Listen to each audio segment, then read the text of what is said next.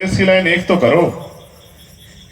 एक ऐसा घर है जहां बच्चे से लेके बूढ़ा तक ये सोचता है शाम के टाइम रोटी कैसे मिलेगी, और एक ऐसा घर है जहां बच्चे से बूढ़ा तक पूरे दिन ये सोचता है कि कहां पैसे खर्च कर दूं। कैसे कंपटीशन की लाइन एक करके और कैसे कह रहे हो कि हमें काबिलियत नहीं? हमें काबिलियत है, बाबा साहब अम्बेडकर का उदाहरण है और हम उदाहरण है। यहाँ नेताओं के बच्चे नेता बनते हैं, यहाँ जो है बहुत बड़ी विरासत वाले लोग आज काम कर रहे हैं। मेरे पिताजी प्राइमरी स्कूल के हेडमास्टर थे। मैं क्यों समझता हूं एजुकेशन के वैल्यू को, मुझसे पूछो।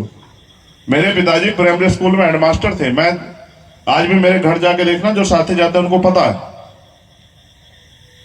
मेरे पिता मेरे प्रथम गुरु थे, क्योंकि जिस दिन मैंने चलना सीखा तो उनका मेरी उंगली उनके हाथ में थी, और उन्होंने मुझसे ये अंतिम समय में मुझसे कहा, जब 11 जनवरी 2013 को उन्होंने अपने प्राण त्यागे, उन्होंने मुझसे कहा, वो पिछले बीमारी के दिनों मुझसे बार बार कहते रहते थे। मैं समझता था कि पिता पता नहीं मुझे क्या सिखाना चाहते हैं, लेकिन कुछ समय बाद मुझे एहसास हुआ, जब मुझे बार बार ये कहते थे, चंद्रशेखर तुम भी विदेश चले जाओगे,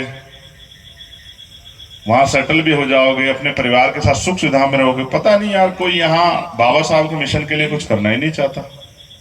मुझे नहीं पता था कि मेरे पिता मुझे एहसास करा रहे हैं कि देखो, अपने परिवार के साथ साथ इस समाज के प्रति भी जिम्मेदारी बनती है पढ़े लिखे लोगों की। मैं ये सोचता था कि वो पता नहीं मुझे बार बार क्यों इस बात का एहसास कराता है कि मैं विदेश चला जाऊंगा, पैसे वाला हो जाऊंगा, या वहां सेटल हो जाऊंगा, सुख सुविधा लूंगा।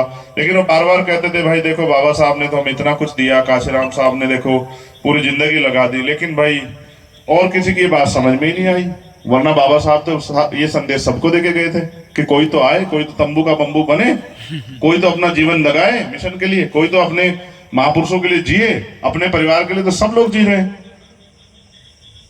तो उनके अंत समय से एक दिन पहले उन्होंने जब मुझसे कहा कि चंद्रशेखर मैं चाहता हूं, क्योंकि मुझे अपने खून पे भरोसा है यार, तुम यहां छोड़ो क्या करोगे विदेश जाके, तुम यहीं रह के समाज के लिए कुछ करो। क्योंकि